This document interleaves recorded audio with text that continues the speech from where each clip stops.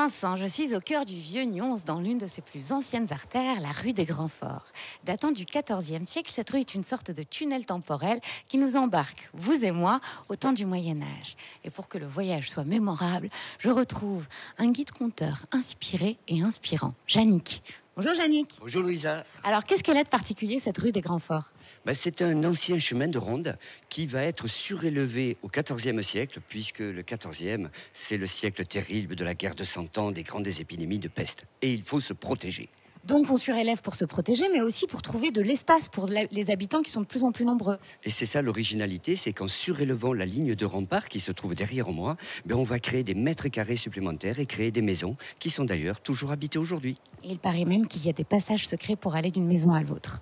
Autre particularité de la ville de Nyons, c'est sa place des Arcades, qui raconte aussi l'histoire médiévale de la ville. Et oui, d'autant plus que cette place aux Arcades, lieu de marché, on en retrouve l'origine de la ville de Nyons, puisque l'ancien nom, c'était Noaomagus, nouveau marché en langue celte. Et ce qui est aussi intéressant, c'est que cette place des Arcades est un peu l'ancêtre des galeries marchandes. Et oui, au XIVe siècle, il y avait une grille, on rentrait et il y avait une galerie marchande avec des magasins dessous et tous les colporteurs et autres vendeurs qui y venaient. Et encore aujourd'hui, tous les jeudis, je vous le recommande, vous pouvez assister au marché à Nyons. Et ça date depuis le XIVe siècle, c'est assez incroyable. Alors, vous êtes conteur, est-ce que vous avez une légende à partager avec nous ? Si je te vois avec ce jaune, au temps médiéval, tu aurais été banni, tu étais la... Quoi ? Oui, c'était la couleur de la trahison. Mais non, Mais si. C'est la couleur du soleil. Ah, le tournesol, oui. Mais oui. Alors, Yannick, j'ai très envie de continuer cette balade avec vous.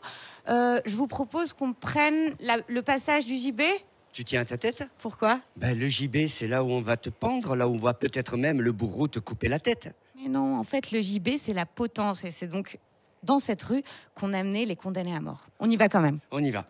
Retrouvez-nous tout à l'heure. Où que l'on soit, ici à Nyons, notre œil est inévitablement attiré par une longue dame blonde couronnée d'une dentelle sculptée. Il s'agit de la tour Randonne. Regardez, elle est juste là.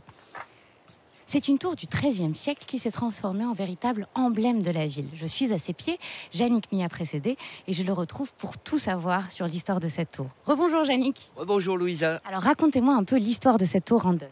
Alors à l'origine, c'est un donjon-prison du XIIIe siècle qui a été créé par une famille, les barons Randonne de Montauban, d'où le nom de la tour.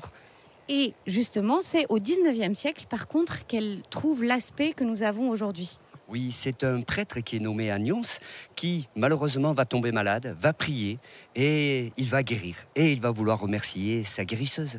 Donc la Vierge Marie, il décide de trouver un endroit qui domine toute la ville et tous les alentours. Oui, symbole de protection pour la ville et lieu que l'on voit de loin.